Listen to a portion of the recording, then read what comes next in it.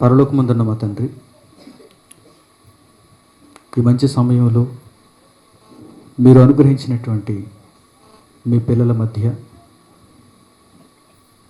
జీవవాక్యమును ఆలోచించుచుండగా మీ కృపను మీ సహాయాన్ని మాకు అనుగ్రహించండి. చిన్నపిల్లల నోట మీ మాటలు విన్నాం,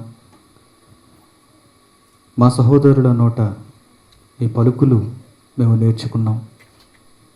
ఇంకనూ మేము తెలుసుకునవలసినటువంటి సంగతులు ఈ రాత్రి వేళ మాకు అనుగ్రహించమని వేడుకుంటూ యేసుక్రీస్తు వారి ద్వారా ఈ ప్రార్థన మేము సమర్పిస్తున్నాం తండ్రి. ఆమేన్. ఇప్పటి వరకు క్రిస్మస్ గూర్చినటువంటి కొన్ని సంగతులు మీరు సహోదరుల నోట విన్నారు. అవి గ్రీటింగ్స్ కావచ్చు, వాక్యోపదేశం కావచ్చు, అలాగే కీర్తనల ద్వారా, చిన్నపిల్లల నోట కంఠత వాక్యాల ద్వారా ఏది విన్నా ఈ ప్రదేశంలో అది దేవుని గూర్చినది అని మనకు అర్థమవుతుంది. ప్రియమైన వారులారా, యేసుక్రీస్తు పుట్టుకను గూర్చి ఈ ప్రపంచంలో ఇప్పటి వరకు ఎందరో మాట్లాడారు. దీనిని వేడుకగా జరుపుకుంటూ ఒక పండుగగా దీన్ని ఆచరిస్తూ ప్రపంచ నలుమూలలో ఉన్నటువంటి జనులు యేసుక్రీస్తును ఈ సందర్భంలో జ్ఞాపకం చేసుకుంటున్నారు. ఈ ప్రత్యేకమైనటువంటి సమయంలో ఈ ప్రాంతానికి మొట్టమొదటిసారి వచ్చినటువంటి నేను కొన్ని మంచి సంగతులు మీతో పంచుకోవాలని నేను ఆశపడుతున్నాను. ప్రపంచంలో అందరూ యేసుక్రీస్తును గూర్చిన ఈ జన్మదినాన్ని జరుపుకుంటున్నారని మన సోదరుల నోట మనం విన్నాం. ఎన్నో క్రిస్మస్లు మనం చూసాం. ఇది 2016వ సంవత్సరానికి సంబంధించిన క్రిస్మస్. 2015 క్రిస్మస్ వెళ్ళిపోయింది, 2014 క్రిస్మస్ వెళ్ళిపోయింది, 2010 క్రిస్మస్ వెళ్ళిపోయింది, 2000 క్రిస్మస్ వెళ్ళిపోయింది. మనకు యేసుక్రీస్తును గూర్చి తెలిసినప్పటి నుండి ఎన్నో క్రిస్మస్లు ఈ డిసెంబర్ మాసంలో మనం చూస్తున్నాం, వెళ్ళిపోతున్నాయి. ఈ 2016వ సంవత్సరం క్రిస్మస్ కూడా వెళ్ళిపోతుంది. మరలా 2017 క్రిస్మస్ ఎదురు చూస్తుంది. ఇంకొక వారం రోజుల్లో ఈ సంవత్సరం ముగింపుకు వచ్చేస్తుంది. సాధారణంగా క్రిస్మస్ను గూర్చి ప్రపంచ వేదిక మీద మనం మాట్లాడితే క్రిస్మస్ అనగానే చాలామందికి చాలా విషయాలు గుర్తొస్తాయి. ఒక చర్చిలో ఉన్నటువంటి ఒక విశ్వాసి, ఒక పాస్టర్, వాక్యం వింటున్నటువంటి వాడు, వాక్యం చెబుతున్నటువంటి వారు, వీరికి తెలిసింది కేవలం క్రిస్మస్ను గురించినటువంటి కొన్ని సంగతులు.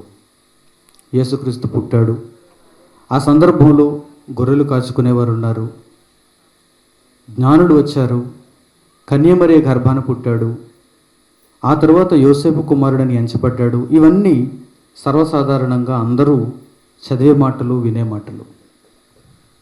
కానీ ప్రపంచంలో క్రిస్మస్ను గూర్చి ఆలోచిస్తే ఇంకా చాలా విషయాలు బయటపడతాయి.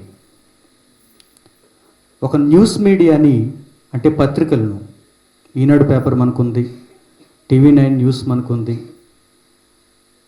అలాగే భారతదేశం న్యూస్ మీడియా మనం ఆలోచిస్తే టైమ్స్ నౌ, NDTV, ఇలా దేశానికి సంబంధించిన న్యూస్ మీడియా ఉంది. ప్రపంచానికి సంబంధించిన న్యూస్ మీడియా BBC న్యూస్ ఉంది, CNN న్యూస్ ఉంది, అల్ జజీరా టీవీ ఉంది. ఇలా న్యూస్ మీడియాని ఒకవేళ క్రిస్మస్ అంటే ఏంటి, ఎన్నో క్రిస్మస్లు మీరు చూస్తున్నారు కదా, ఎన్నో సంవత్సరాల క్రిస్మస్లు దాటిపోతున్నాయి కదా, క్రిస్మస్ అంటే ఏంటి అని ఒక న్యూస్ పేపర్ని అడిగితే న్యూస్ మీడియా క్రిస్మస్ను గురించి ఏమని రాస్తుందంటే, సంవత్సరంలో ఎక్కువ చాక్లెట్లు అమ్ముడుపోయేటువంటి పండుగ క్రిస్మస్ అన్నారండి. ఎక్కువ చాక్లెట్లు ఎప్పుడు అమ్ముడవుతాయంట? క్రిస్మస్ రోజున, క్రిస్మస్ వాతావరణంలో, క్రిస్మస్ కాలంలో. మరొక న్యూస్ మీడియా ఏమంటుందంటే ఎక్కువ బీరు బాటిళ్ళు క్రిస్మస్ కాలంలోనే అమ్ముడవుతాయట. నిజమండి. దేవుని వాక్యం చేతపట్టి మనం ఏదో అలంకారప్రాయంగా యేసుక్రీస్తునుడు పుట్టెను, భజన చేసుకుందాం వెళ్ళిపోదాం అని ఆలోచించేవారం కాదు మనం. అసలు ప్రపంచంలో ఏం జరుగుతుంది, వాస్తవాలేంటి, నిజాలేంటి అని మనం ఆలోచిస్తే ఒక న్యూస్ మీడియా రాస్తున్నటువంటి న్యూస్ ఇదే. 2016వ సంవత్సరంలో ఇన్ని మద్యం అమ్మకాలు, ఇన్ని బీరు బాటిళ్ళ అమ్మకాలు, బీరు బాటిల్కు కొరత వచ్చేసిందట. 2015వ సంవత్సరంలో చాక్లెట్లు సరఫరా చేయలేకపోయారట కొన్ని కంపెనీల వారు. ఈ మధ్య కొత్తగా మరలా క్రిస్మస్ అనగానే న్యూస్ మీడియాలో ఏం కనిపిస్తుందంటే బాంబు దాడులు కనిపిస్తున్నాయి. ఈ మధ్య పాశ్చాత్య దేశాలలో అనేక మంది ఎక్కువగా ఎక్కడ ఉంటారో చూసుకొని అక్కడ బాంబు పెట్టడం, అక్కడ ట్రక్కుతో దాడి చేయటం, ఇవన్నీ మనం వార్తల్లో చూస్తున్నాం. క్రిస్మస్ కోసం అని ఎక్కువ మంది షాపింగ్కి వెళ్తున్నారు. ఆ షాపింగ్ చేస్తున్నటువంటి వ్యక్తులు ఎక్కువ మంది రద్దీగా ఉన్నటువంటి ప్రాంతంలో ఒక ఆయన ట్రక్కుతో వేగంగా దూసుకుని వచ్చి 100 మంది చనిపోవటానికి, అలాగే గాయాల పాలవటానికి కారణమైపోయాడు. ఒక సైకోగా మారిపోయాడు. క్రిస్మస్ రోజునే, క్రిస్మస్ కాలంలోనే ఎందుకు వచ్చాడంటే అప్పుడే ఎక్కువ మంది దొరుకుతారంట. మామూలు సమయంలో అంతమంది షాపింగ్కి రారంట, ఎక్కువ మంది ఏం కొనుక్కోరంట, తక్కువ మంది దొరుకుతారట ఆయనకి. చూసారా? న్యూస్ మీడియాలో మనం ఆలోచిస్తే ఇవన్నీ ప్రపంచంలో జరుగుతున్నాయి. క్రిస్మస్ పేరిట వ్యాపారం జరుగుతుంది, ఒక చాక్లెట్ల వ్యాపారం జరుగుతుంది, బట్టల వ్యాపారం జరుగుతుంది, అలాగే మద్యపానం వ్యాపారం జరుగుతుంది, ఇంకా అనేక రకాలైనటువంటి దుర్వ్యాపారాలన్నీ జరుగుతున్నాయి. ప్రియమైన వారులారా, ఇంత గొప్పగా వ్యాపారాలు జరుగుతున్నాయంటే కారణం ఏంటి? మనుషులైన వారు క్రిస్మస్ పేరిట ఇవన్నీ చేస్తున్నారు గనక వ్యాపారాలు ఎంత గొప్పగా జరుగుతున్నాయి. సంవత్సరం అంతా మద్యం తాగని వాడు క్రిస్మస్ వచ్చేసరికి మద్యం తాగుతున్నాడు. మన దగ్గర అలాంటి వారు లేకపోవచ్చు, సంతోషం. కానీ ప్రపంచంలో అలాంటి వారు లేరు అనటానికి ఆధారం లేదు, ఖచ్చితంగా ఉన్నారు.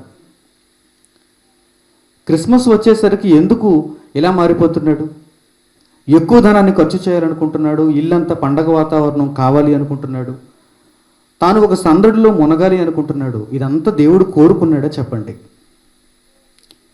పరలోకంలో ఉన్న దేవుడు భూమిని చూసేసరికి ఈ క్రిస్మస్ వాతావరణంలో ఆయనకు వినిపించవలసిన వార్తలు ఏంటి చెప్పండి? ఆయన మనంత చిన్నవాడు కాదు, చాలా గొప్పవాడు. ఆయన మొట్టమొదట ఏం చూస్తాడు, ఏం వింటాడు? వార్తలు వింటాడు ఆయన. ఏం జరుగుతుందో చూస్తాడు ఆయన. వందల, వేల, లక్షల, కోట్ల సంఖ్యలో ఉన్నటువంటి మనుషుల మధ్య ఏం జరుగుతుందో చూస్తాడు ఆయన. అలా చూసినప్పుడు ఆయనకి ఏం కనిపిస్తుందంటే అంత దుర్వ్యాపారమే కనిపిస్తుంది. తన కుమారుడు వెళ్ళినందుకు ఆ కుమారుని జన్మదినం పేరిట మనుషులందరూ ఇలా మారిపోయారా? పండుగలు చేసుకునేవారుగా మారిపోయారా?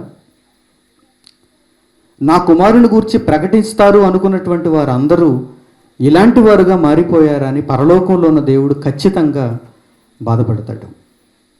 కనుక ఈ సందర్భంలో మీకు ఆయన మనస్సులో ఉన్నటువంటి కొన్ని మంచి సంగతులు తెలియచేయాలనుకుంటున్నాను. ఒక మనిషి ఎలా ప్రవర్తిస్తే, తన జీవితకాలంలో ఒక మనిషి ఎలా ఉంటే పరలోకమందున్న దేవుడు నిజంగా సంతోషిస్తాడో ఈ సందర్భంలో మీకు తెలియచేయాలనుకుంటున్నాను. క్రిస్మస్ గ్రీటింగ్ చెప్పుకున్నంత మాత్రాన పరలోకంలో ఉన్న దేవుడు సంతోషించడు. క్రిస్మస్లో మనం ఆనంద హేళలలో ఉన్నంత మాత్రాన పరలోకంలో ఉన్న దేవుడు సంతోషించడు. అలాగని మిమ్మల్ని ఆనందంగా ఉండొద్దు అని నేను అనటం లేదు, గ్రీటింగ్స్ చెప్పుకోవద్దు అని నేను అనటం లేదు. కానీ వీటి వలన పరలోకంలో ఉన్న దేవునికి సంతోషం ఉండదు అని మాత్రం ఖచ్చితంగా చెప్తున్నాను. మరి నిజంగా పరలోకంలో ఉన్న దేవుడు సంతోషపడాలి అంటే ఏం చేయాలి మేము అని మీరు అడిగితే ఈరోజు నా మాటలలో సారాంశం అదే ఉంటుంది. జాగ్రత్తగా మీరు నేను చెప్పే ప్రతి మాట ఆలకించండి, ఆలోచించండి. నిజంగా దేవుడు సంతోషపడాలంటే మనిషిగా నేను ఏం చేయాలి అన్నది ఈరోజు మీకు తెలియజేస్తాను. సహోదరుడు చెప్పినట్టు బైబిల్ చేతపట్టిన ప్రతి ఒక్కరూ దానిని కేవలం గుడ్డిగా నమ్మటం కాకుండా దానిని పరిశోధిస్తే చాలా బాగుంటుంది. ఎందుకంటే బైబిల్ చాలా గొప్పది. బైబిల్లో దేవుడు రాయించిన మాటలు చాలా విలువైనవి. కానీ వాటిని అంగీకరించే క్రమం కూడా మనకు జాగ్రత్తగా తెలియాలి, మనకు అర్థం కావాలి. అందుకే ఒక మంచి మాటను పరిచయం చేస్తూ ఏమన్నాడు, బెరయ పట్టణస్థులు దెస్సలోనికలో ఉన్న వారి కంటే ఘనులు, ఎందుకంటే వారు ఆసక్తితో వాక్యమును అంగీకరించి ప్రతి దినము లేఖనములను పరిశోధించుచూ వచ్చిరి అని బైబిల్లో రాయబడినట్టుగా మనం చూస్తాం. బైబిల్లో మనం ఏదైనా ఒక మాట వింటున్నప్పుడు దానిని పరిశోధనాత్మకమైన దృష్టితో దానిని చదవాలి, దానిని చూడాలి. ఏమంటే పరిశోధన చేయడానికి మేము ఏమైనా అమెరికాలో ఉన్నవారమా, మేము ఏమైనా పిహెచ్డీలు చేసామా, మేము ఎక్కడో గుమ్మలూరులో ఉన్నామండి, మేమెక్కడ పరిశోధన చేయగలమండి? బైబిల్లో ఏదో పాస్టర్ గారు చెప్పిన మాటలు వినటం, ఆ బైబిల్ మూసేయటం, ఇంటికి వెళ్ళిపోవటం తప్ప పరిశోధన మాకెక్కడ జరుగుతుందండి, మాకెక్కడ వస్తుందండి అని మీరు అడగచ్చు. మనకు సాధ్యం కాని పనులు దేవుడు ఎప్పుడు మనకు అప్పగించడు. మనం చేయగలిగినవే మనకు అప్పగిస్తాడు. ఎందుకంటే మనలను సృష్టించిన దేవుడు మనం ఎలా ఉంటామో కూడా ఆయనకు ముందుగానే తెలుసు. సాధ్యాసాధ్యాలు తెలుసుకున్న తరువాతే దేవుడు బైబిల్ను మన చేతుల్లో పెట్టాడు. ఖచ్చితంగా ఎవరైనా బైబిల్ను పరిశోధించగలరు. ఖచ్చితంగా ఎవరైనా బైబిల్ని పరిశోధించగలరు. బైబిల్ని పరిశోధించాలంటే మనం శాస్త్రవేత్తగా మారిపోవలసిన అవసరం లేదు, పిహెచ్డి చేయవలసిన అవసరం లేదు, ఎంతో ఉన్నతమైన విద్యను చదవవలసినటువంటి అవసరం కూడా లేదు. దేవుని యొక్క జ్ఞానం ఒక మనిషికి రావాలంటే ఒక అర్హత ఉంది. అర్హత ఏంటో తెలుసా? యెహోవా యందు భయభక్తులు కలిగి ఉండుట జ్ఞానమునకు మూలము. ముందు మీకు దేవుని యందు భయభక్తులు ఉన్నాయనుకోండి, ఆటోమేటిక్గా జ్ఞానం నేర్చుకోవాలనే ఆశ మీలో పుడుతుంది. భయభక్తులు ఉండాలి దేవుని దగ్గర. చిన్న ఉదాహరణ చెబుతాను. భయభక్తులతో కూడిన ఒక పరిశోధన ఎలా ఉంటుందో చిన్న ఉదాహరణ చెబుతాను మీకు. మీ ఆరోగ్యం అంటే మీకు చాలా అవసరం. మీ ఆరోగ్యాన్ని గురించి మీరు ఎక్కువ పట్టించుకుంటారు. అలాగే మీ కుటుంబంలో ఉన్నటువంటి మీ పిల్లల ఆరోగ్యాన్ని గురించి కూడా మీరు ఎక్కువ పట్టించుకుంటారు. ఎందుకంటే ఎక్కువ మంది స్త్రీలు పురుషులు ఉన్నారు. మీ కుటుంబపు ఆరోగ్యం, మీ ఆరోగ్యం మీరు చాలా గొప్పగా చూసుకుంటారు కనుక ఆరోగ్యానికి సంబంధించి మీరు ఎప్పుడు మంచి నిర్ణయాలు తీసుకుంటారు.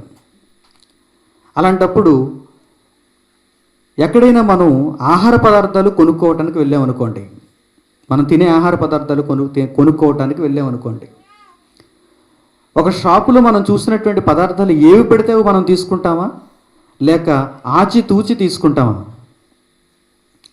ఒక బియ్యం షాపుకి వెళ్ళాం, చాలా బియ్యం బస్తాలు ఉన్నాయి అక్కడ. అన్నిటినీ మనం రేటు కనుక్కుంటాం.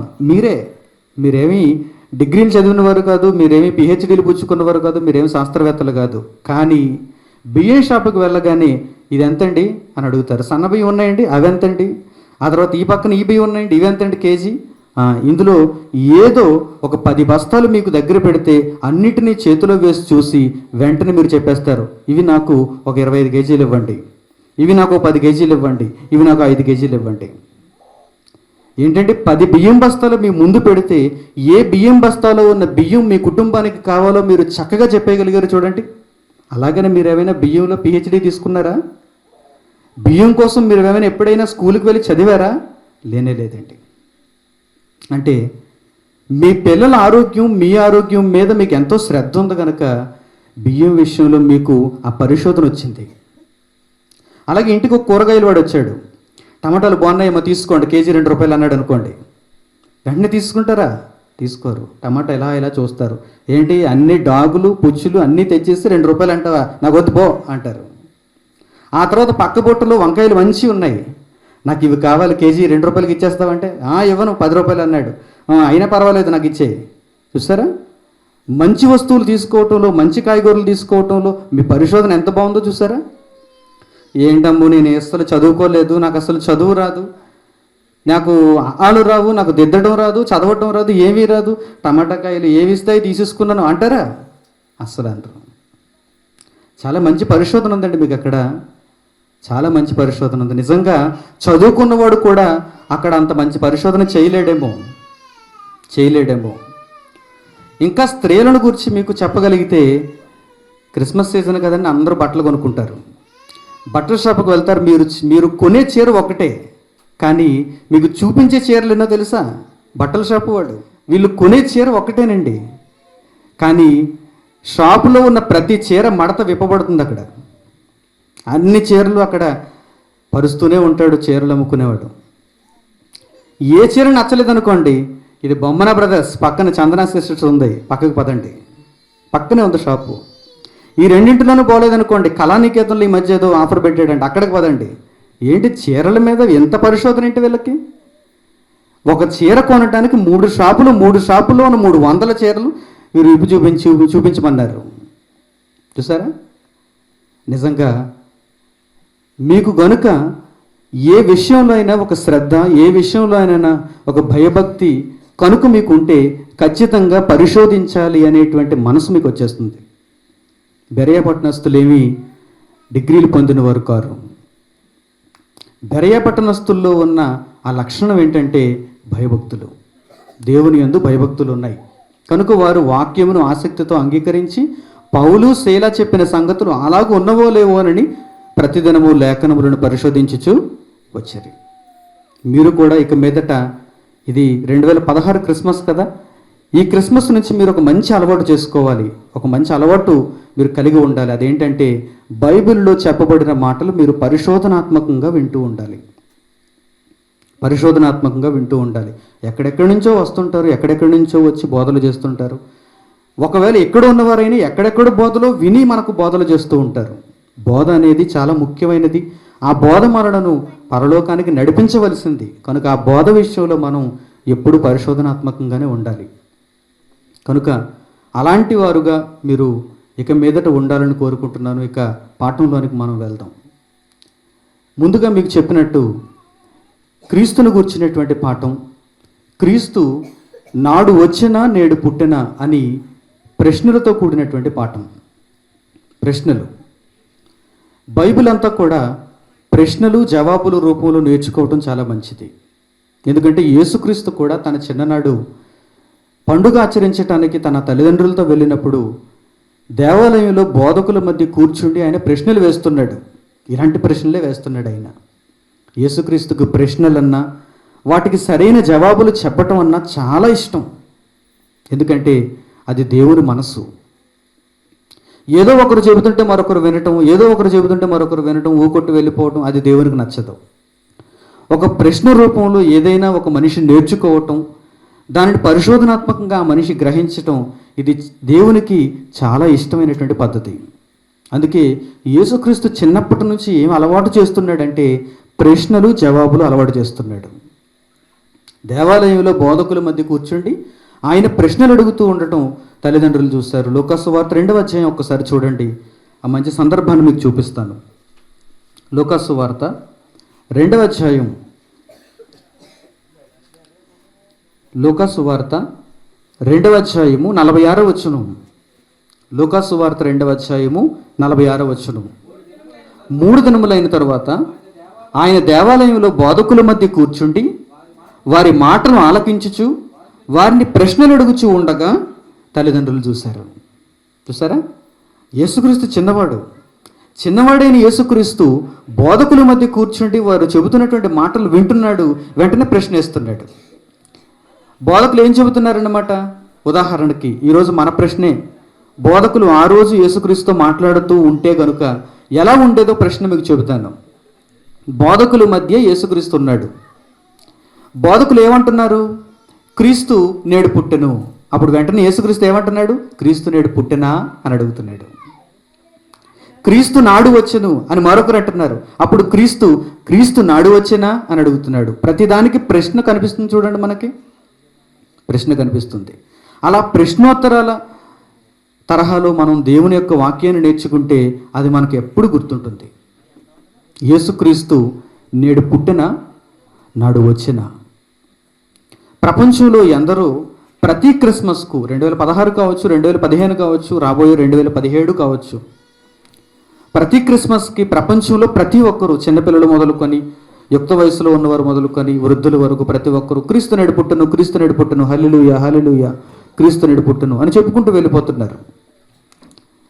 ప్రపంచంలో మన చుట్టూ ఉన్నటువంటి సమాజానికి మనం ఏం చెప్పాలి? క్రీస్తు నేడు పుట్టెను అని చెప్పాలా, లేక క్రీస్తు నేడు పుట్టిన నాడు వచ్చెనా అని చెప్పాలా? జాగ్రత్తగా మీరు ఆలోచించండి. యేసుక్రీస్తు అంటే ఎవరో తెలియని వారు, బైబిల్ అంటే ఏమీ రానివారు ఇప్పటి వరకు ప్రతి క్రిస్మస్ సీజన్లోనూ ఒకే ఒక మాట వింటున్నారు. అదేంటంటే క్రీస్తు నేడు పుట్టును అనే మాట. కానీ ఈ క్రీస్తు యొక్క గొప్పతనాన్ని మాత్రం సమాజంలో ఎక్కువ మంది వినలేకపోయారు, సమాజంలో ఎక్కువ మందికి తెలియదు.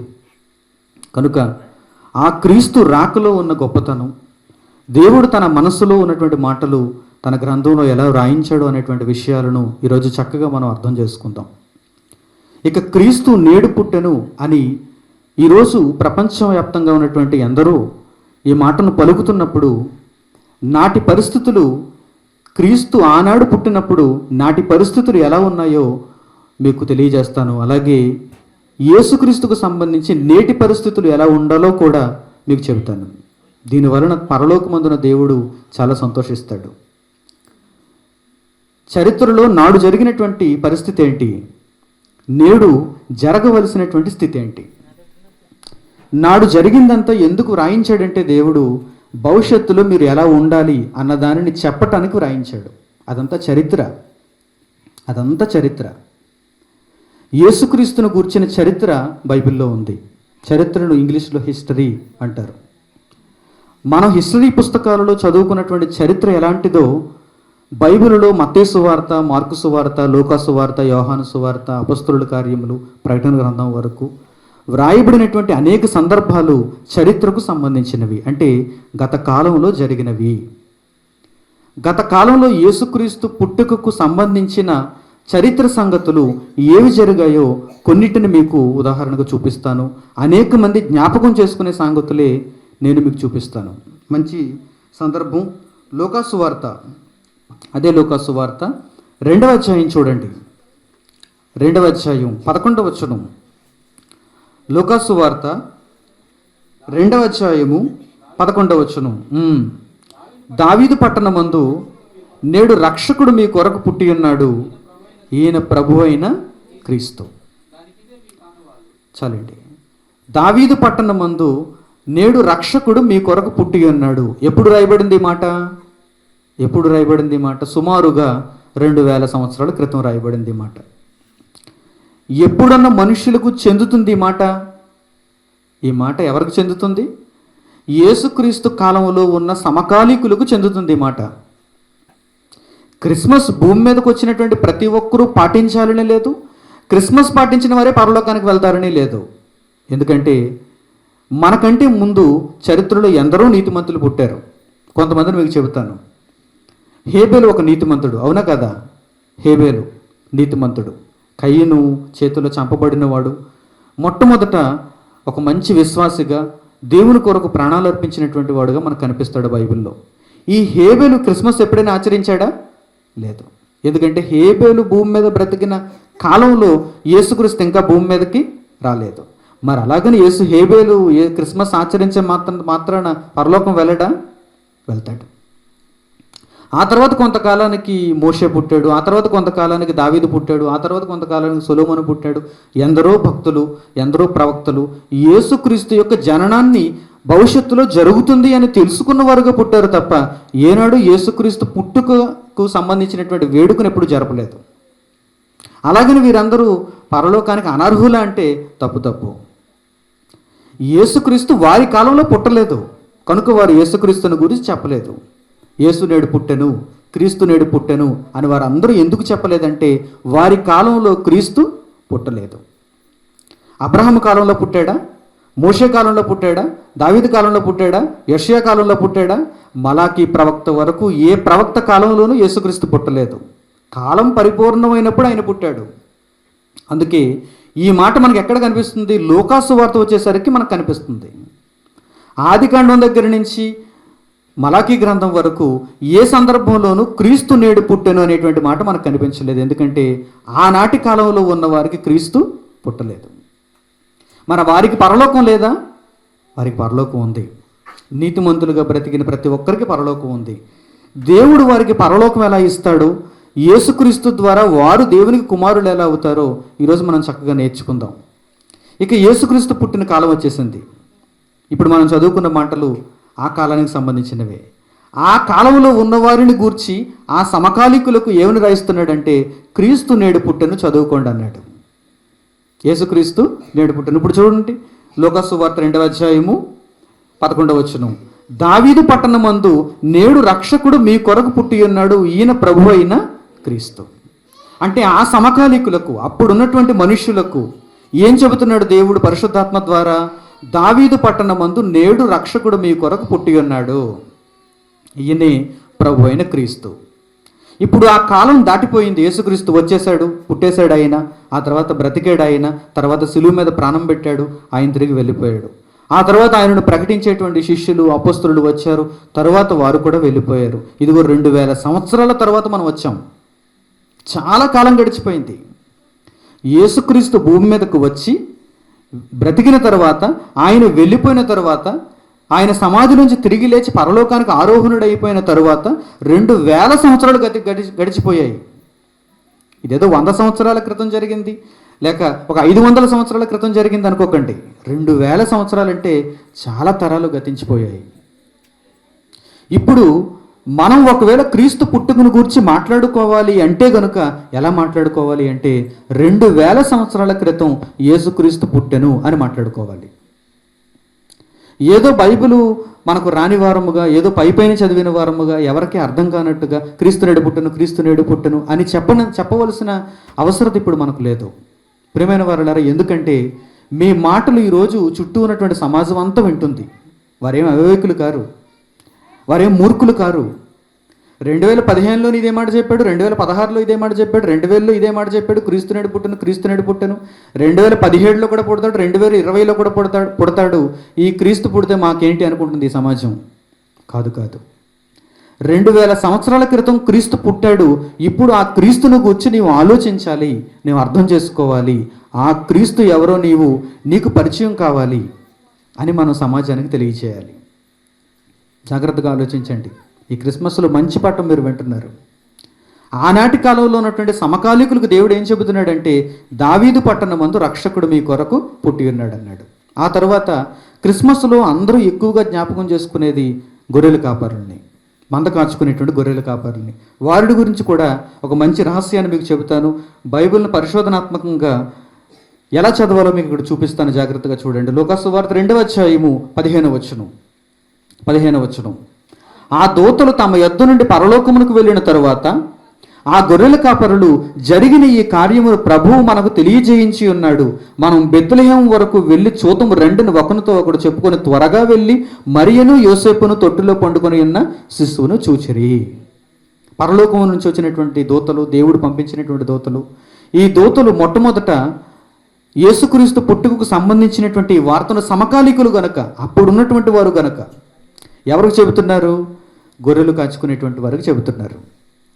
ఈ గొర్రెలు కాచుకునేవారు అసలు దూతలు మనకు చెప్పినటువంటి సంగతి నిజమా కాదా అని వీరు అనుకుని ఎక్కడికి వెళ్తున్నారు? మరియ దగ్గరకు, యోసేపు దగ్గరకు వీరు వెళ్ళి అక్కడ ఉన్నటువంటి శిశువును చూచారు. అప్పుడు వారు ఏం చేశారో చూడండి. అసలు గొర్రెల కాపరులు దేవుని గ్రంథంలో ఎందుకు లిఖింపబడ్డారో చూడండి. 17వ వచనం జాగ్రత్తగా చూడాలి మీరు. వారు చూచి ఈ శిశువును గూర్చి తమతో చెప్పబడిన మాటలు ప్రచురం చేశారు అన్నాడు. చూడండి, చూసారా? గొర్రెల కాపరులు ఏం చేస్తున్నారు? రాత్రి వేళ గొర్రెలు కాచుకునేటువంటి గొర్రెల కాపరులు ఏం చేస్తున్నారు? మా దగ్గరకు దేవదూతలు వచ్చారు, దేవదూతలు మాతో కొన్ని సంగతులు చెప్పారు, ఈ చెప్పినటువంటి సంగతులు నిజమో కాదు అని ముందు పరిశోధనతో అక్కడికి వెళ్ళారు. నిజంగా మరియను చూశారు, నిజంగా యోసేపును చూశారు, నిజంగా శిశువును చూశారు.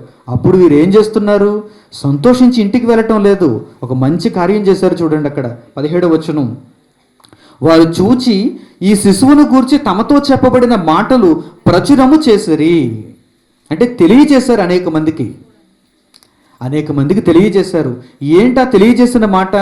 లోకరక్షకుడు అక్కడ పుట్టాడు, ఫలానా చోట ఉన్నాడు, మీరు వెళ్ళి ఆ లోకరక్షకుని గురించి తెలుసుకోండి.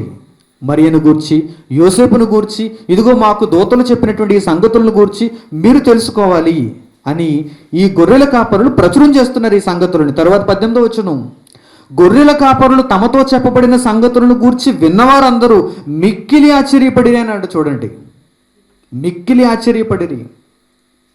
సమకాలీకులకు, అక్కడ ఉన్నటువంటి వారికి యేసుక్రీస్తు పుట్టినప్పుడు అక్కడ జీవిస్తున్నటువంటి వారిలో కొందరు గొర్రెల కాపరులకు దేవదూతలు కొన్ని మాటలు చెప్పారు. బైబిల్ అంతా చెప్పారా? లేదు, 2 మాటలు, 3 మాటలు చెప్పారు. ఈ మాటలు ఎప్పుడైతే ఆ గొర్రెల కాపరులు వెళ్ళి చుట్టూ ఉన్నటువంటి ప్రజలతో చెబుతున్నారో విన్నవారందరూ మిక్కిలి ఆశ్చర్యపోతున్నారండి. చూడండి, ఈరోజు చాలామంది క్రీస్తు నడిపుట్టును అని చెప్పుకుంటూ వెళ్ళిపోతున్నారు. విన్నవారందరూ మిక్కిలి ఆశ్చర్యపోతున్నారా? అవురా అనుకుంటున్నారా? లేదు. 2015లో ఈ పాట పాడారండి మీరు, 2013లో ఈ పాట పాడారు మీరు, 2000 సంవత్సరంలో కూడా ఈ పాట పాడారండి మీరు. ఆశ్చర్యం లేదు. ఎవరికి ఆశ్చర్యం లేదు? వింటున్నటువంటి వారు ఎవరికి ఆశ్చర్యం లేదు. కానీ ఆ రోజు గొర్రెల కాపరులు చెప్పిన మాటలకు విన్నవారందరూ ఏం చేశారో అక్కడ రాయబడింది. చూడండి, చూసారా?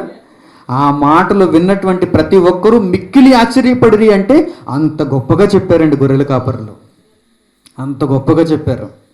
ముందు వారు విన్నదానిని పరిశోధించారు, చూశారు, వారిలో వారు నిర్ధారణ చేసుకున్నారు. అప్పుడు ఈ సమాజంలోనికి వెళ్ళి వారికి చేతనైనంత మట్టుకు వారు వెళ్ళి ఈ వాక్యాన్ని ప్రచురం చేస్తున్నారు. యేసుక్రీస్తు పుట్టిను అనే మాట ఒక్కటే కాదు, ఆ గొర్రెల కాపరులు చాలా సంగతులు వారు చూచినవి, వారు విన్నవి, దేవదూతల చేత ప్రబోధించబడినవి, ఇవన్నీ ఆ చుట్టూ ఉన్నటువంటి సమాజానికి చెప్పినప్పుడు వారందరూ మిక్కిలి ఆశ్చర్యపోతున్నారు. చూడండి, మిక్కిలి ఆశ్చర్యపోతున్నారు. చూడండి, తరువాత గొర్రెల కాపరుల తర్వాత మనం ఎక్కువగా జ్ఞాపకం చేసుకోవాల్సింది జ్ఞానులను గూర్చి. యేసుక్రీస్తు పుట్టుకలో మరొక క్యారెక్టర్ జ్ఞానులను గూర్చి మనకు రాయబడుతుంది. దానిని గురించి కూడా ఒక్కసారి మనం ఆలోచన చేద్దాం. మత్తయి సువార్త చూడండి, మత్తయి సువార్త 2వ అధ్యాయము, మత్తయి సువార్త 2వ అధ్యాయము 1వ వచనం నుంచి జాగ్రత్తగా చూడాలి. మత్తయి సువార్త 2వ అధ్యాయము 1వ వచనం నుంచి, రాజైన హేరోదు దినముల యందు యోదయ దేశపు బెత్లెహేములో యేసు పుట్టిన పిమ్మట ఇదిగో తూర్పు దేశపు జ్ఞానులు యెరూషలేమునకు వచ్చి, యూదుల రాజుగా పుట్టిన వాడు ఎక్కడ ఉన్నాడు? తూర్పు దిక్కున మేము ఆయన నక్షత్రమును చూచి ఆయనను పూజింపవచ్చితమని చెప్పిరి. చూసారా, ఇక్కడ తూర్పు దేశపు జ్ఞానులు మనకు కనిపిస్తున్నారు. ఈ తూర్పు దేశపు జ్ఞానులు తూర్పు దేశాల నుంచి బెత్లెహేము వరకు ఎందుకు ప్రయాణం చేస్తూ వస్తున్నారు? వీరు ఆకాశంలో ఒక నక్షత్రం చూశారు. ఇంతకీ ఈ నక్షత్రం ఏంటంటే యూదుల రాజుకు ఒక సంకేతం. యూదుల రాజుగా ఒక ఆయన పుట్టాడు.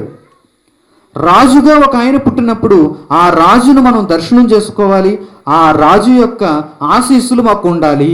అందుకే వారు ఎలా వచ్చారంటే చాలా బహుమతులతో వచ్చారండి.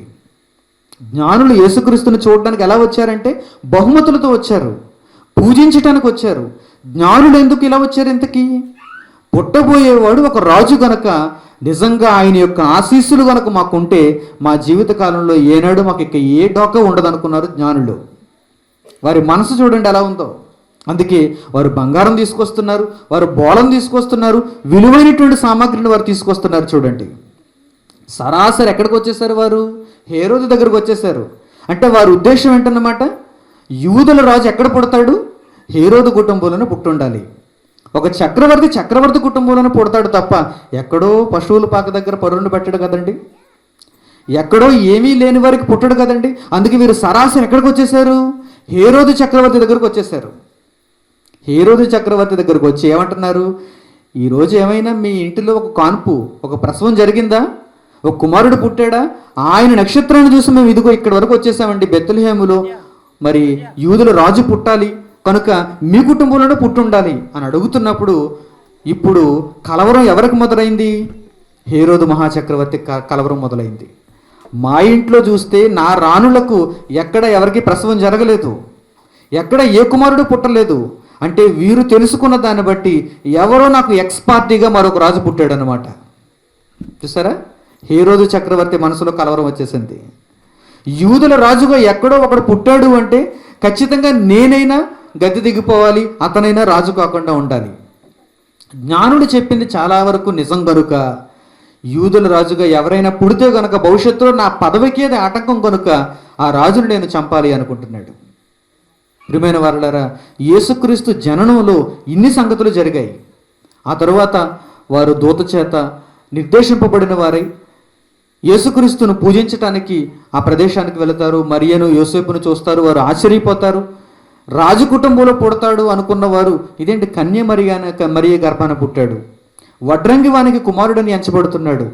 ఏదో తెచ్చిన ఆ బంగారాన్ని, తెచ్చినటువంటి బహుమతులను యేసుక్రీస్తుకు సమర్పించి మరల వెనుదిరుక్కుంటూ వెళ్ళిపోయారు. మీరు బాగా ఆలోచించగలిగితే ఈ జ్ఞానులను గూర్చిన ప్రస్తావన ఇక్కడ తప్ప బైబిల్లో ఇంకెక్కడ కనిపించదు. ఎంతకీ జ్ఞానులు ఎందుకు వచ్చారు? ఒక రాజు కుటుంబంలో పుట్టినటువంటి యేసుక్రీస్తును గనుక మేము దర్శనం చేసుకుంటే ఆ యేసుక్రీస్తు భవిష్యత్తులో మాకు ఉపయోగపడతాడు అనుకున్నారు. కానీ తీరా యేసుక్రీస్తు ఎక్కడ పుట్టాడు? మరియ గర్భాన పుట్టాడు. ఆయన ఒక రిక్తులుగా భూమి మీదకి వచ్చాడు తప్ప రాజుగా భూమి మీదకి రాలేదు. ఒక చక్రవర్తిగా ఆయన భూమి మీదకి రాలేదు. అధికారం కలిగిన కుటుంబంలో ఆయన పుట్టలేదు. చాలా రిక్తుడిగా వచ్చాడు. తీరా ఇదంతా చూసిన తర్వాత జ్ఞానులు తెచ్చింది సమర్పించి వెనక్కి వెళ్ళిపోయారండి. మరలా తమ జీవితకాలంలో ఏనాడు యేసుక్రీస్తును వారు వెంబడించినట్టు కానీ యేసుక్రీస్తు రక్షణను వారు స్వీకరించినట్టు కానీ మనకు ఎక్కడ కనిపించదు. అలాగే గొర్రెల కాపరుల విషయంలో కూడా ఇక్కడ మనకు ప్రస్తావించబడింది తప్ప భవిష్యత్తులో మరలా యేసుక్రీస్తు తన సువార్త కార్యక్రమాలలో ఉన్నప్పుడు, ఆయన శిలువ మరణంలో ఉన్నప్పుడు, ఆయన తిరిగి లేచినప్పుడు, శిష్యులు వాక్యం ప్రకటిస్తున్నప్పుడు ఎక్కడ ఈ గొర్రెల కాపరుల సందర్భం మనకు కనిపించదు. బైబిలులో వీరిని గూర్చి కేవలం అక్కడ మాత్రమే ప్రస్తావించబడినప్పుడు మిగిలిన ఏ సందర్భంలోనూ వారిని గూర్చిన ప్రస్తావన లేనప్పుడు మనం ఎందుకండి ప్రతి సంవత్సరం వీరిని గుర్తు చేసుకోవాలి? చూసారా పరిశోధన అంటే ఎలా ఉందో. ఏదో మనం బైబిల్లో రాయబడింది కనుక గొర్రెల కాపర్ల గురించి ఎప్పుడూ ఆలోచిస్తుంటాం, ఏదో బైబిల్లో రాయబడింది కనుక తూర్పు దేశపు జ్ఞానుల గురించి ఎప్పుడూ ఆలోచిస్తుంటాం. కానీ బైబిల్లో ఇంకా చాలా విశేషమైన సంగతులు ఉన్నాయండి.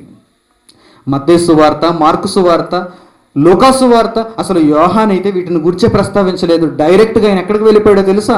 ఆది యందు వాక్యముండును అంటున్నాడు ఆయన. నిజంగా పరలోకమందున తండ్రి మనసులో మీరు సంతోషాన్ని చూడాలి అనుకుంటే గనక యేసుక్రీస్తు మీకు బాగా అర్థం కావాలి. ప్రపంచానికి అర్థమైనట్టుగా కాదు. ప్రపంచానికి ఎలా అర్థమయ్యాడంటే హ్యాపీ క్రిస్మస్ ఒక బీరు బాటిల్ దండి, హ్యాపీ క్రిస్మస్ ఒక గ్రీటింగ్ పంచేయండి, హ్యాపీ క్రిస్మస్ కోడిని కోసేయండి, మేకను కోసేయండి, హ్యాపీ క్రిస్మస్ బట్టలన్నీ కొత్త బట్టలు తెచ్చుకోండి, హ్యాపీ క్రిస్మస్ ఇల్లంతా సున్న వేయించండి, హ్యాపీ క్రిస్మస్ డబ్బంతా బాగా ఖర్చు చేయండి. ఇది ప్రపంచానికి తెలిసింది. కానీ పరలోకమందున్న దేవుడు ఒక మనిషికి ఏ విధంగా క్రీస్తు పరిచయం అయితే ఆయన సంతోషిస్తాడో ఆ విధంగా గనక మీకు అర్థమైతే భవిష్యత్తులో మీకు ప్రయోజనం ఉంటుంది. ప్రియమైన వారలారా, జాగ్రత్తగా ఆలోచించండి. బైబిల్లో దేవుడు ప్రతి సంగతిని నిక్షిప్తపరిచాడు. యేసుక్రీస్తు భూమి మీదకి వచ్చేసాడు. యేసుక్రీస్తు ఆదిలో ఉన్నవాడు. ఆయన కాలం పరిపూర్ణమైనప్పుడు మరియ గర్భం ద్వారా భూమి మీదకి వచ్చేసాడు. ఆనాటి పరిస్థితులన్నీ మీకు వివరించాను, మీరు తెలుసుకున్నారు. ఇక నేటి పరిస్థితులు ఎలా ఉండాలి, క్రిస్మస్కు సంబంధించి నేటి కాలంలో ఉన్న మనుషులు ఎలా ప్రవర్తించాలి, నాటి కాలంలో ఉన్న మనుషులు ఎలా ప్రవర్తించారో మీరు చూశారు. గొర్రెలు కాపర్లు కావచ్చు, జ్ఞానులు కావచ్చు, యేసుక్రీస్తును దీవించినటువంటి సుమయోను కావచ్చు, ఆ తర్వాత ఉన్నటువంటి చుట్టూ ఉన్నటువంటి జనసమూహాలు కావచ్చు, తల్లిదండ్రులు కావచ్చు, అవన్నీ నాటి పరిస్థితులు. మరి నేడున్న కాలంలో యేసుక్రీస్తు కానీ, పరలోకమందున దేవుడు కానీ, మనకు సంచకరువుగా అనుగ్రహింపబడిన పరిశుద్ధాత్మ దేవుడు కానీ యేసుక్రీస్తును గూర్చి, క్రిస్మస్ను గూర్చి, క్రైస్తవ్యాన్ని గూర్చి ప్రతి నిత్యం ఒక మనిషి ఎలా ఆలోచించాలి అని కోరుకుంటున్నాడో జాగ్రత్తగా మనం తన మాటలలో చూసిన తర్వాత ముగించుకుందాం. యోహాను సువార్త 3వ అధ్యాయం ఒక మంచి సందర్భాన్ని మీకు చూపిస్తాను. యోహాను రాసినటువంటి సువార్త 3వ అధ్యాయము, యోహాను సువార్త 3వ అధ్యాయము 1వ వచనం నుంచి జాగ్రత్తగా చూడండి. యోహాను సువార్త 3వ అధ్యాయము 1వ వచనం నుంచి. యూదుల అధికారి అయిన నికోదేము అను పరిసయ్యుడు ఒకడు ఉండెను. అతడు రాత్రియందు ఆయన యొద్దకు వచ్చి, బోధకుడా, నీవు దేవుని యొద్ద నుండి వచ్చిన బోధకుడు అని మేము ఎరుగుదుము. దేవుడు అతనికి తోడై ఉంటే గాని నీవు చేయుచున్న సూచక్రియలను ఎవడూ చేయలేడని ఆయనతో చెప్పాను. అందుకు యేసు ఒక మంచి మాట చెబుతున్నాడు నికోదేముతో. నికోదేము ఒక పరిసయ్యుల అధికారి. ఆ నికోదేము వచ్చి యేసుక్రీస్తుని రాత్రి వేళ ఏమడుగుతున్నాడు? నీవు దేవుని యొద్ద నుండి వచ్చిన దేవుని కుమారుడు అని నేను ఎరుగుదును, నీ నుండి మంచి విషయాలు తెలుసుకోవాలనుకుంటున్నాను అని యేసుక్రీస్తుని అడుగుతున్నాడు. అప్పుడు యేసుక్రీస్తు వెంటనే, నేను పుట్టానయ్యా, నేను పుట్టిన సంగతి, నేను పుట్టిన సందర్భం నువ్వు ఎల్లప్పుడూ మననం చేసుకుంటూ దానిని అందరికీ చెప్పుకుంటూ సంవత్సరానికి ఒక రోజున నువ్వు పండుగ చేసుకో అని చెప్పలేదు. మరి ఏమన్నాడో తెలుసా? నిజంగా దేవుని మనసులో ఏముంటే అదే నేను చెప్పాలి. ఏదో ముఖస్తుతి కోసం మీ దగ్గరకు వచ్చి మీరు అనుకున్నట్టుగా నేను మారిపోయి మీ మాటలు, మీకు సంతోషాన్ని ఇచ్చే మాటలు నేను చెప్పడం వల్ల దేవునికి సంతోషం ఉండదు, దానివల్ల మనకు ప్రయోజనం ఉండదు. యేసుక్రీస్తు ఏమంటున్నాడో చూడండి. నికోదేము వచ్చాడు యేసుక్రీస్తు దగ్గర, నీవు దేవుని దగ్గర నుంచి వచ్చిన కుమారుడు అని నేను ఎరుగుదును, నీవు మరియ నుంచి పుట్టినవాడువు కాదు, మరియ నుండి నువ్వు వచ్చినా కానీ అంతకు మునిపే నీవు ఉన్నావు, నీవు దేవుని నుండి వచ్చావని నాకు తెలుసు అంటున్నాడు. ఒక పరిసయ్యుడు, ఒక అధికారి యేసును గురించి ఎంతగా అర్థం చేసుకున్నాడో చూడండి.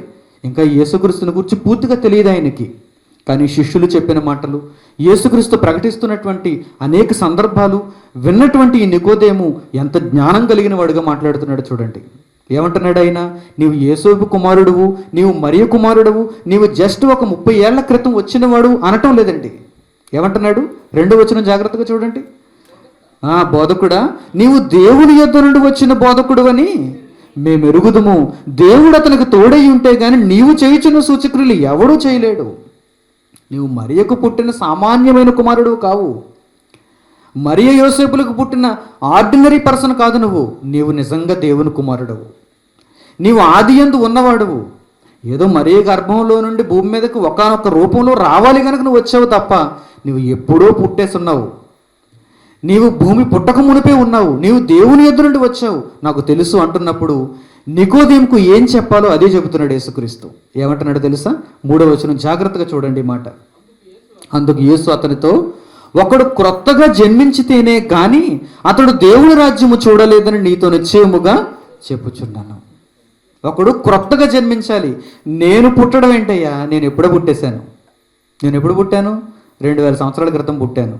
క్రీస్తు నేడు పుట్టును, క్రీస్తు నేడు పుట్టును, క్రీస్తు నేడు పుట్టును అంటున్నారు తప్ప అసలు మీరు పుట్టారా అంటున్నాడు యేసుక్రీస్తు. ఇప్పుడు చూసారా? మేము పుట్టడం ఏంటండి? మేము 1970లో పుట్టేసామే, మేము 1960లో పుట్టేసామే, మేము 1950లో పుట్టేసామే, మేము 1940లో పుట్టేసామే. కొత్తగా నిన్న మనం పుట్టిన వాళ్ళు అయితే మేము 2000లో పుట్టేసామే, 2010లో పుట్టేసామే అనుకుంటున్నారా మీరు? నికోదేము కూడా అలాగే అనుకున్నాడు. నికోదేము దగ్గరకు వచ్చి యేసుక్రీస్తు ఏమంటున్నాడు చూడండి. యేసుక్రీస్తు చెప్పిన మాటలు నిజంగా ఆశ్చర్యాన్ని గొలుపుతాయి. ఆ రోజు కొద్ది మాటలు విన్న గొర్రెల కాపరులు చెప్పినటువంటి మాటలే అందరికీ ఆశ్చర్యాన్ని ఇస్తే, ఈరోజు నేను చెప్పే మాటలు, మీరు చెప్పబోతున్న మాటలు ఆశ్చర్యాన్ని ఇవ్వాలి సమాజానికి. యేసుక్రీస్తు దగ్గరకు వచ్చి నికోదేము ఏమంటున్నాడు? నీవు దేవుని దగ్గర నుంచి వచ్చావు అంటున్నాడు. నేను దేవుని దగ్గర నుంచి వచ్చాను కరెక్టే, ఇంతకీ నీవు పుట్టాలి మరలా అంటున్నాడు. నీవు మరలా పుట్టాలి. నీ పుట్టుక ఎప్పుడని అడుగుతున్నాడు. నీవు పుడితే తప్ప పరలోకానికి వెళ్ళలేవంటున్నాడు. ఏంటి, తల్లి గర్భంలోంచి ఒక్కసారి నేను పుట్టేస్తే పరలోకానికి వెళ్ళనా?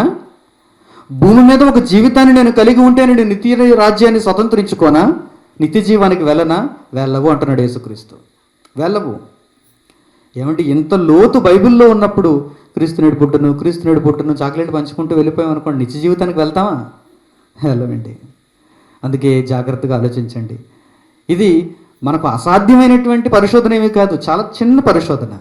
నిజంగా మనకు భయభక్తులు ఉంటే, తండ్రి ఈరోజు ఈ రాత్రి చక్కని మాటలు వినటానికి నువ్వు అవకాశం ఇచ్చావు గనక, భయభక్తులతో నీ వాక్యం నేర్చుకోవాలనే ఆలోచన మీకు ఉంటే గనక నిత్య రాజ్యానికి మీరు దగ్గర అవుతారు, మీరు వారసులు అవుతారు. యేసుక్రీస్తు ఏమంటున్నాడో తెలుసా? నేను పుట్టాను, నేను పుట్టాను, నేను పుట్టానని పాటలు ఆపండి. ఎందుకంటే ఆనాటి కాలంలో ఉన్న వరకు నేను పుట్టాను కరెక్టే, 2000 సంవత్సరాలు అయిపోయింది.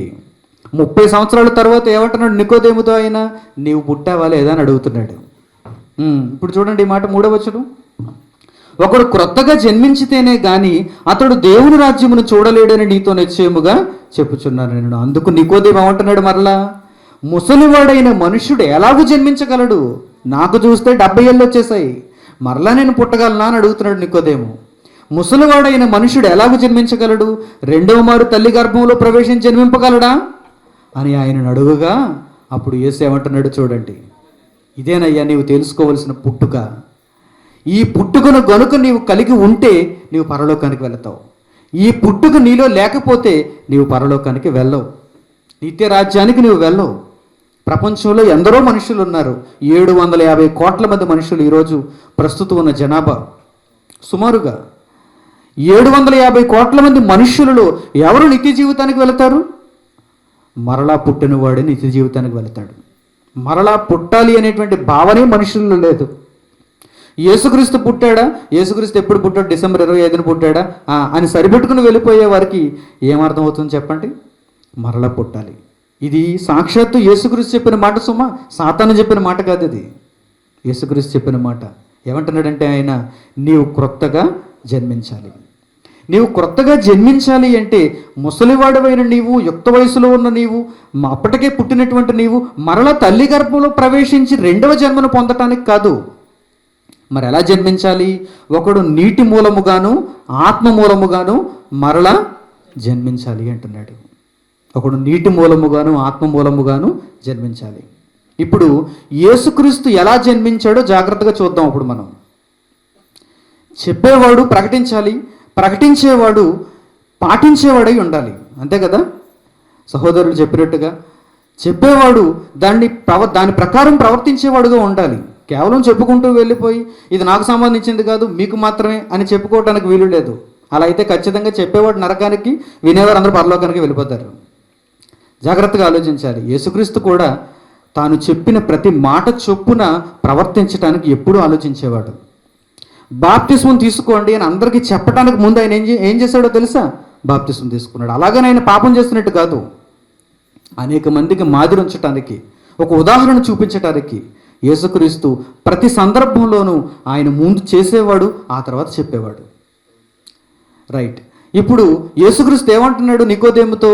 ఒకడు ఎలా పుట్టాలి పరలోక రాజ్యానికి చేరాలంటే, ఒకడు నిత్య జీవితాన్ని స్వతంత్రించుకోవాలంటే ఎలా పుట్టాలి? నీటి మూలముగాను ఆత్మ మూలముగాను జన్మించాలి అంటున్నాడు. రైట్. ఇప్పుడు క్రింది మాటల్లో ఏం చెప్పాడో చూద్దాం యేసుక్రీస్తు. క్రింది మాటల్లో ఒక్కసారి చూడండి, 6వ వచనం చూడండి. 6వ వచనం, శరీరం మూలముగా జన్మించినది శరీరమును, ఆత్మ మూలముగా జన్మించినది ఆత్మయునై ఉన్నది అంటున్నాడు. చూడండి, శరీరం మూలముగా జన్మించినది ఎలా ఉంటుంది? శరీరంగానే ఉంటుంది. శరీరం మూలముగా మనం అందరం జన్మించాం. శరీరం మూలముగా మనం అందరం జన్మించామా? జన్మించాం. తల్లి గర్భంలో ఉన్నాం 9 నెలలు, తల్లి మనల్ని మోసింది.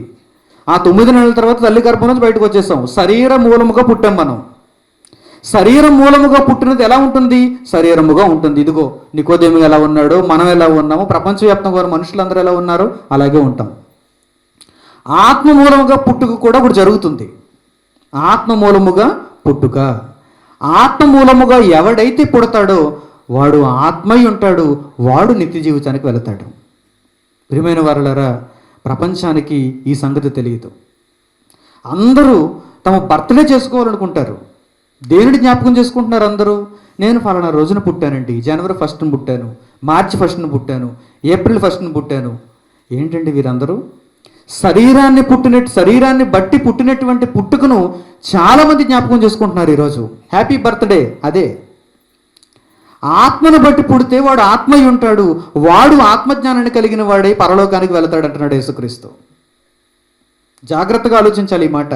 శరీరాన్ని బట్టి పుట్టినవాడు శరీరము, ఆత్మను బట్టి పుట్టినవాడు ఆత్మయునై ఉండును. యేసుక్రీస్తు మరియ గర్భాన శరీరాన్ని బట్టి పుట్టాడు, కానీ ఆయన ఆత్మను బట్టి దేవుని యందు ప్రారంభంలోనే పుట్టాడు. చూసారా?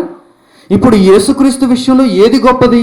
శరీరమందు పుట్టిన శరీరపు బ్రతుక, లేక ఆత్మగా పుట్టిన ఆ ప్రవేశం గొప్పదా? అదే గొప్పది. శరీరాన్ని బట్టి పుట్టడం యేసుక్రీస్తుకి అంత పెద్ద గొప్ప విషయం కాదు. భూమి మీదకి మానవ ఆకారంలో రావాలి గనక శరీరాకారంలో పుట్టాడంతే ఆయన. అంతకు మించి దానిలో పెద్ద గొప్పతనం లేదు. అందుకే యేసుక్రీస్తు ఏనాడు కేక్ కటింగ్ చేయలేదు. మనం చేస్తున్నాం అనుకోండి యేసుక్రీస్తు పుట్టినరోజు. అసలు యేసుక్రీస్తు ఏం చేసుకోవాలి? ఆయన పుట్టినరోజు చాలా గొప్పదే అనుకుందాం. ఆయన పుట్టినరోజుని మనం జ్ఞాపకం చేసుకోకపోతే ఎలాగండి అనుకుందాం పోనీ కాసేపు. ఇప్పుడు యేసుక్రీస్తు ఏం చేయాలి? ప్రతి సంవత్సరం ఆయన పుట్టినప్పుడు కూడా మరి ఆయన పుట్టినరోజులు వస్తాయి కదండి. డిసెంబర్ 25 రాదా ఆయన పుట్టినప్పుడు? ఆయన జీవించిన కాలంలో డిసెంబర్ 25 లేవా? వచ్చాయి. మరి ఏ రోజైనా బైబిల్లో ఎక్కడైనా ఆయన పుట్టినరోజు సందర్భంగా కొండ ఎక్కి ఆయన ఇలా ప్రసంగించను అని ఉందా? ఆయన పుట్టినరోజు సందర్భంగా 5,000 మందికి రొట్టెలు చేపలు అందరికీ ఇష్ట విలాసంగా పనిచేశాడని ఉందా? లేదండి. ఆత్మను గూర్చిన విషయాలు తెలియజెప్పి ఆ వింటున్నప్పుడు మనుషులందరూ అలసిపోయి ఉన్నప్పుడు వారికి ఆహారం పెట్టమన్నాడు. ఏ రోజు తన పుట్టుక జన్మదినోత్సవం గురించి యేసుక్రీస్తు తన బ్రతుకులో మాట్లాడలేదు. ఎందుకంటే శరీరాన్ని బట్టి కలిగినది శరీరమై ఉంటుంది. అది చెడ్డది అని చెప్పటం లేదు నేను. యేసుక్రీస్తు లోకంలోనికి రావాలి కనుక శరీరాన్ని బట్టి పుట్టాడు. మనం కూడా లోకంలోనికి రావాలి కనుక శరీరాన్ని బట్టి పుట్టాం. కానీ బైబిల్ తెలిసిన వాడు, దేవుని మనసు అర్థం చేసుకున్నవాడు ఆత్మను బట్టి పుట్టాలి అని ఆలోచిస్తాడు. దానినే తన జ్ఞాపకంలో ఉంచుకుంటాడు.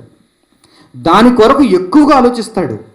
శరీరాన్ని బట్టి పుట్టిన పుట్టుకను ఎక్కువగా ఆలోచించడు. పోనీ యేసుక్రీస్తు మొహమాటస్తుడండి. ఆయనకు బర్త్డేలు చేసుకోవడం పెద్ద ఇష్టం ఉండదండి. ఆయన ఎప్పుడూ మరి అలాంటి వాటి కోసం ఆలోచించలేదండి.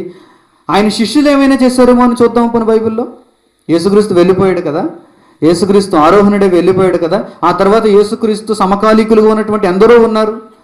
యేసుక్రీస్తు పుట్టినప్పుడు కూడా జీవించిన వారు ఉన్నారు. పోనీ వారెవరైనా చేశారా?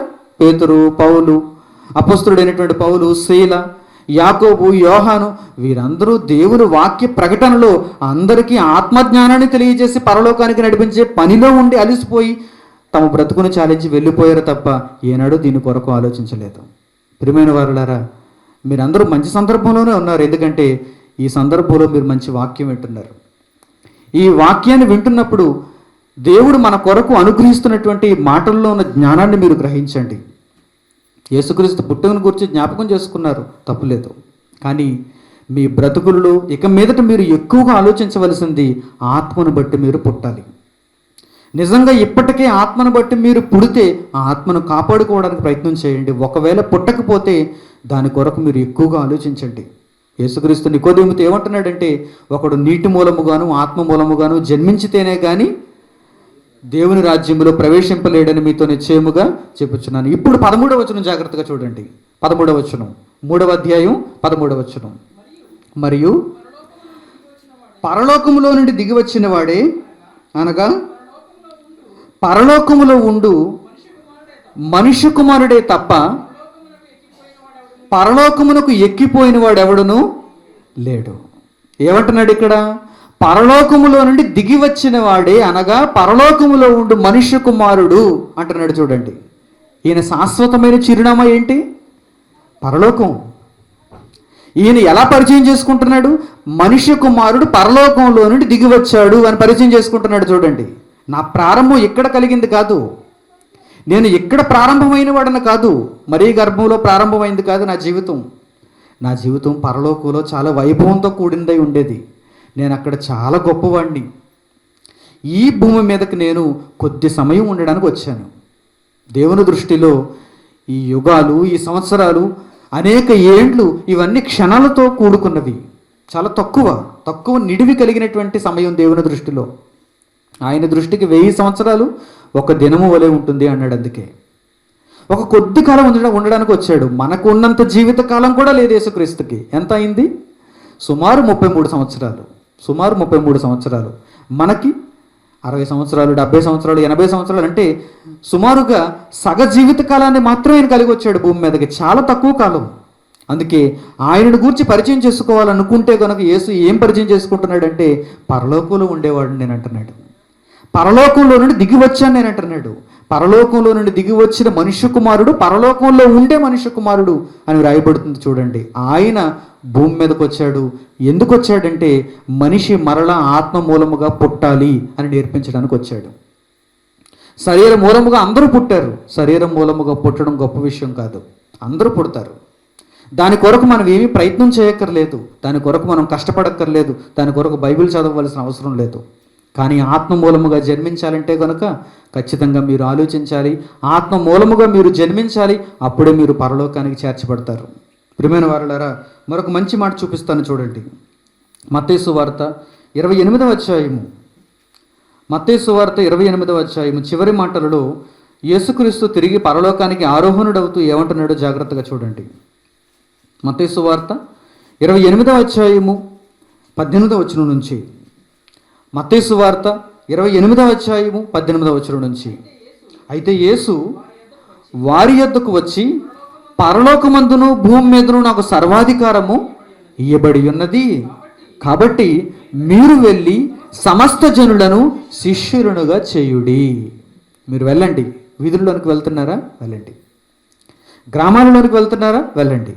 అందరికీ డబ్బు కొట్టి చెబుతున్నారా? చెప్పండి. కానీ మీరు చెప్పాల్సిందేంటో యేసుక్రీస్తు వెళ్ళిపోతూ చెప్పాడు. యేసుక్రీస్తు పరలోకానికి ఆరోహణుడు అవుతూ వెళ్ళిపోతూ చెప్పాడు. ఏం చెప్పాడు? నేను కన్యమరీ గర్భానికి పుట్టానని చెప్పండి అందరికీ అని వెళ్ళిపోలేదు ఆయన. ఏమంటున్నాడు తెలుసా? నిజాన్ని నిజంగా మాట్లాడితే ఏమంటున్నాడో తెలుసా? ఆయన శిష్యులకు ఇచ్చిన ఆజ్ఞ ఏంటో తెలుసా? ఆ శిష్యులు మనకు అందజేస్తున్నటువంటి ఆజ్ఞ ఏంటో తెలుసా? యేసుక్రీస్తు ఆరోహణం అవుతూ వెళ్ళిపోతూ, భూమి మీద పరలోకంలో నాకు సర్వాధికారం ఉన్నది కనుక మీరు వెళ్ళి సమస్త జనులను శిష్యులుగా చేయండి. ఒకనాడు మీరు ఇశ్రాయేలు మార్గంలోనికి వెళ్ళమన్నాను, ఒకనాడు మిమ్మల్ని యూదుల దగ్గరికే వెళ్ళమన్నాను మత్తయి సువార్త 10వ అధ్యాయంలో. కానీ ఇప్పుడు మీరు నాకు సర్వాధికారం ఇయ్యబడి ఉన్నది కనుక సమస్త జనుల దగ్గరకు వెళ్ళండి. ఎవరైతే ఆత్మ మూలముగా పుడతారో వారే బ్రతుకుతారని చెప్పండి. సమస్త జనుల దగ్గరకు వెళ్ళండి. వెళ్ళి వారిని శిష్యులుగా చేయండి. తండ్రి యొక్కయు కుమారుని యొక్కయు పరిశుద్ధాత్మ యొక్కయు నామములోనికి వారికి బాప్తిస్మం ఇచ్చుచు, నేను మీకు ఏ ఏ సంగతులు ఆజ్ఞాపించుతునో వాటన్నిటినీ గైకొనవలెనని వారికి బోధించుడి అన్నాడు. చూడండి, మంచి బోధ చేయాలండి. ఆ బోధ చేసిన తర్వాత వారందరూ మారిపోవాలండి. ఆ మారిన వారు నీటి మూలముగా ఆత్మ మూలముగా తిరిగి జన్మించాలండి. అంటే వారు బాప్తిస్మం తీసుకోవాలండి. ఇదే చెప్పి వెళ్ళాడండి యేసుక్రీస్తు పైకి. పరలోకానికి ఆరోహణుడైపోతూ యేసుక్రీస్తు మనకు అప్పచెప్పిన బాధ్యత ఏంటో తెలుసా? ఒకరోజు కాదు సంవత్సరానికి, ఒక సీజన్లో కాదు సంవత్సరానికి. పరలోకంలో ఉన్న దేవుడు మన కొరకు ఒకే రోజు ఆలోచిస్తున్నాడా? ఒకే సీజన్లో ఆలోచిస్తున్నాడా? లేదు. ఆయన మన కొరకు ప్రతి క్షణం ఆలోచించాలి. అలా ఆలోచించకపోతే మనం బ్రతకలేము. ఇశ్రాయేలును కాపాడువాడు కునుకడు నిద్రపోడు. మనం పడుకుంటాం, మనం నిద్రపోతాం, కానీ ఆయనకు నిద్ర లేదు. ఎందుకంటే ప్రపంచ మానవాళిని ఆయన కాపాడుతున్నాడు, ఆయన రక్షిస్తున్నాడు. నిజంగా మన కొరకు నిద్రాహారాలు మాని అంత గొప్పగా ఆలోచిస్తున్న తండ్రికి మన జీవితకాలంలో ఏదైనా ఒకటి చేయాలి, ఎంతో కొంత చేయాలి. ఏదో సంవత్సరానికి ఒకరోజు మనకిష్టమైన రీతిలో జ్ఞాపకం చేసుకోవడం కాదు, ఆయనకిష్టమైన రీతిలో సంవత్సరం అంతా జ్ఞాపకం చేసుకోవాలి. అప్పుడు మీరు తండ్రి అయిన దేవుని మనసులో పదిలంగా ఉంటారు. ఏ క్షణాన శరీరాన్ని విడిచిపెట్టవలసిన వచ్చినటువంటి పరిస్థితి ఏర్పడినా మీ కొరకు దేవదూతలు ఆహ్వానం పలుకుతాయి. అబ్రహాము రొమ్మును ఆనుకోవటానికి మీరు వెళ్ళిపోతారు. అదండి ఆనందకరమైన క్షణం, అదేనండి సంతోషకరమైనటువంటి రోజు. ప్రియమైన వారలారా, అందుకే యేసుక్రీస్తు శిష్యులకు ఏం అప్పచెబుతున్నాడంటే, మీరు ఒకడు ఆత్మ మూలముగా నీటి మూలముగా జన్మించాలన్న విషయం మీరు తెలియచేయండి. దీనినే అందరికీ బోధ చేయండి. అప్పుడు వారు మారతారు, దేవుని రాజ్యంలోనికి వారు అడుగు పెడతారు. అందుకే పరలోకంలో ఉన్న దేవుడు కూడా ఎప్పుడు సంతోషిస్తాడని వ్రాయబడిందంటే, మారు మనస్సు పొందటానికి సిద్ధంగా ఉన్న ఒక పాపి విషయంలో పరలోకమందున్న దేవుడు తన దూతల ఎదుట సంతోషించును అని వ్రాయబడింది. ఆనాడు యేసుక్రీస్తు వచ్చినప్పుడు దూతలు ఎందుకు సంతోషించారంటే, ఆ యేసు ద్వారా ఆత్మ మూలముగా అనేక మంది బ్రతుకుతారనేటువంటి విషయం దూతలు ముందుగా తెలుసుకున్నారు కనుక ఆ రోజు దూతలు సంతోషించారు యేసు పుట్టుకలో. కానీ నిజంగా తండ్రి ఎప్పుడు సంతోషిస్తాడు? దూతలు ఎదుట పరలోకమందున తండ్రికి ఎప్పుడు ఆనందం? మిమ్మును బట్టి ఈ సహోదరుల్లో ఒకడు మారితే గనుక, ఒకడు రక్షణ చేపడితే గనుక, ఒకడు ఆత్మ మూలముగా తిరిగి బ్రతికితే గనుక అప్పుడు మీ తండ్రికి సంతోషం. అలాంటి సంతోషాన్ని నిజంగా మీరు ఇవ్వగలిగినప్పుడు మీ దేవునికి మీరు క్రిస్మస్ చేసినట్టు. ప్రార్థన చేసుకుందాం. తలలు వంచి ప్రార్థనలోకి ఇవ్వించండి. పరలోకమందున్న మా తండ్రి, ఈ రాత్రి వేళ మీరు అనుగ్రహించినటువంటి మంచి మాటలు, ఈ మాటల ద్వారా మేము నేర్చుకున్నటువంటి జ్ఞానం తండ్రి, మీ చిత్తానుసారంగా మేము బ్రతకటానికి మాకు సహాయం చేయండి. కేవలం వినువారు మాత్రమే ఉండి మమ్మల్ని మేము మోసపుచ్చుకొనకుండా చెప్పబడిన మాటల ప్రకారం జీవించటానికి మీ సహాయం మాకు అనుగ్రహించండి. క్రీస్తు నాడు వచ్చెను, క్రీస్తు నేడు ప్రతి మనిషిలో పుట్టాలి అని మీరు రాయించారు. ప్రతి వ్యక్తి మరల తండ్రి ఆత్మ మూలముగా జన్మించాలని మీరు మీ సంకల్పంలో లిఖించారు. దానిని ఈ రాత్రి వేళ మేము తెలుసుకున్నాం. మమ్మల్ని మేము రక్షించుకున్న వారమై ఈ రక్షణ వార్తను అనేక మందికి చేరవేసే వారము ఉండుటకు మాకు సహాయం చేయండి. మీ దృష్టికి ఆనందకరమైనటువంటి క్రియలు ఇక మీదట ఈ రోజు నుంచి ఈ క్షణం నుండి మేము చేయగలుగుటకు మీ సహాయాన్ని మాకు అనుగ్రహించండి. ఇంత మంచి అవకాశం, చక్కని వాతావరణం కల్పించినటువంటి సహోదరుడు ఫ్రాన్సిస్, అలాగే తన కుటుంబ సభ్యులు, అలాగే వచ్చినటువంటి అతిథులు, పెద్దవారు, స్త్రీలు, చిన్నపిల్లలు ప్రతి ఒక్కరిని మీరు జ్ఞాపకం చేసుకుని వారి కుటుంబాలకు మీ సమాధానము, రక్షణ అనుగ్రహించి మీ కృపలో వారందరినీ మీ వాక్యము చేత భద్రపరచమని వేడుకుంటూ యేసుక్రీస్తు వారి ద్వారా ఈ ప్రార్థనలు సమర్పిస్తున్నాం తండ్రి. ఆమేన్. అందరికీ వందనాలు.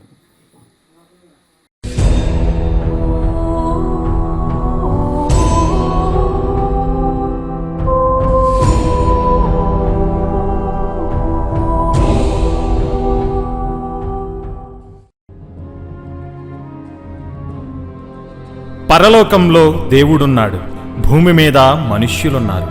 మొదటి కాలంలో ఆదాము హవ్వలు ఏదెను తోట నుండి వెళ్ళగొట్టబడ్డారు.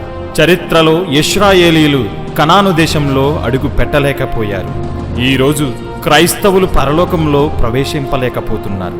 హక్కున చేర్చుకోవాలనుకున్న ప్రతిసారి మనిషి దేవునికి దూరమవుతున్నాడు, దుష్టునికి బలవుతున్నాడు. కానీ తరాలెన్ని మారినా దేవుని ప్రేమ మారలేదు, ఇటు మనిషి ప్రవర్తన మారలేదు. దీనికి ముగింపు పలకటానికి యేసుక్రీస్తు తిరిగి రాబోవుచున్నాడు.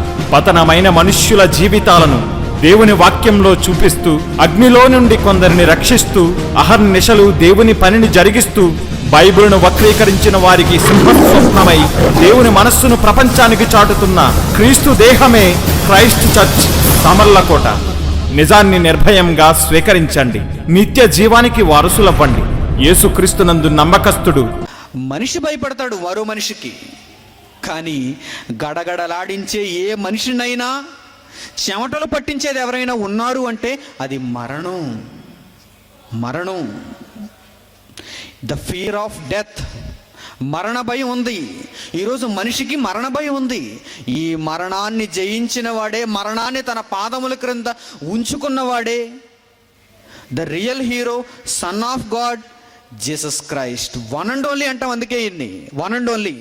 Brother J Manikumar, son of God, Christ church, Samarlakota, Turpu Godavari జిల్లా, ఆంధ్రప్రదేశ్, ఇండియా. వివరములకు 8978414178.